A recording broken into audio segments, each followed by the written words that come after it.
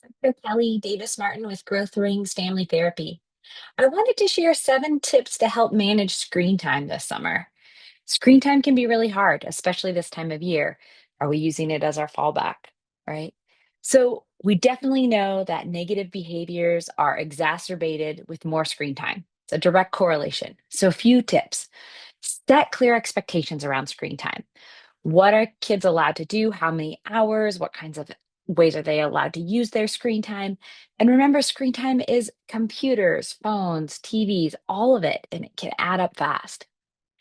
The second thing is to role model what you want to see from your kids.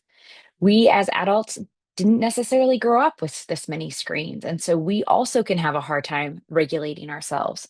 So be careful. Did you get stuck scrolling and scrolling and scrolling? Are you multitasking on your phone while talking to your kid and not making eye contact? Do you constantly have an earbud in? Right? If you don't want to see that behavior in your kids, you need to also be mindful of your own. The third thing I would say is to use parental controls.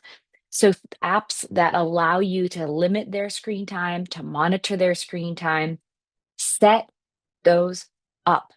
You should be monitoring and limiting what hours they can use screen time. So, maybe it's from 9 a.m. to 7 p.m. it's allowed, for example. How long? Maybe it's 2 hours total. And what apps they can use, even how long they could be on those apps. Do not hesitate to also use some kind of parental monitoring app. Get some help. We don't necessarily know what's going on in the background. And some of those have experts behind them that can be really supportive and warn us if our kids are in danger. I would definitely recommend reducing screens before bed. We always recommend 2 hours prior to bedtime that screen should be off. Blue light, stimuli, all those things, but at least an hour. Go for at least an hour. Let their brains decompress, unwind, etc. Ideally, no screens are in the bedroom, right? Phones are plugged in outside of the bedroom. There's no TVs in the bedroom. That's the best thing for our kiddos, their brains, and their behavior.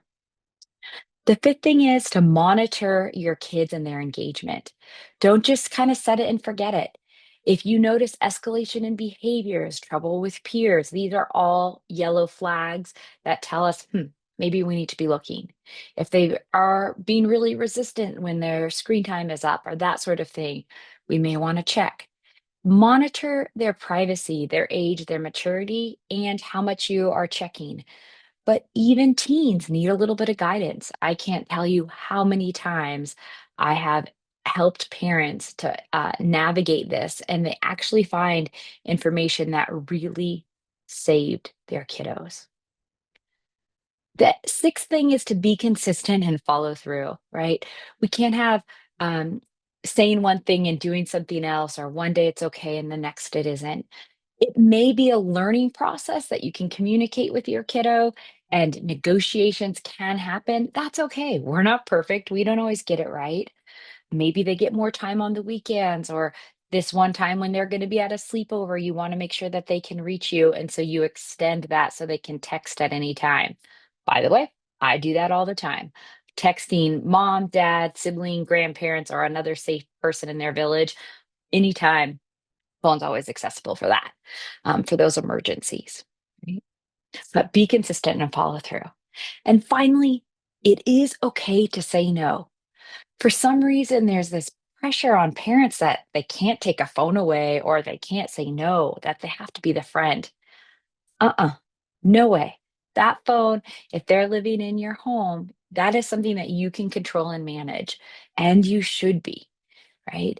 Parents who are letting unlimited access really are not doing their kids a service. Children's brains aren't fully developed until their mid 20s. And if we're using those devices and those devices intentionally have addictive qualities, then that brain isn't getting a chance to take a break from that addictive quality, and it's developing around that connection, that engagement that the phone is sucking them into. So, our job as parents is to help them set some limits and boundaries with those phones or other screens. All right, good luck. Let me know if you have any questions. Take care.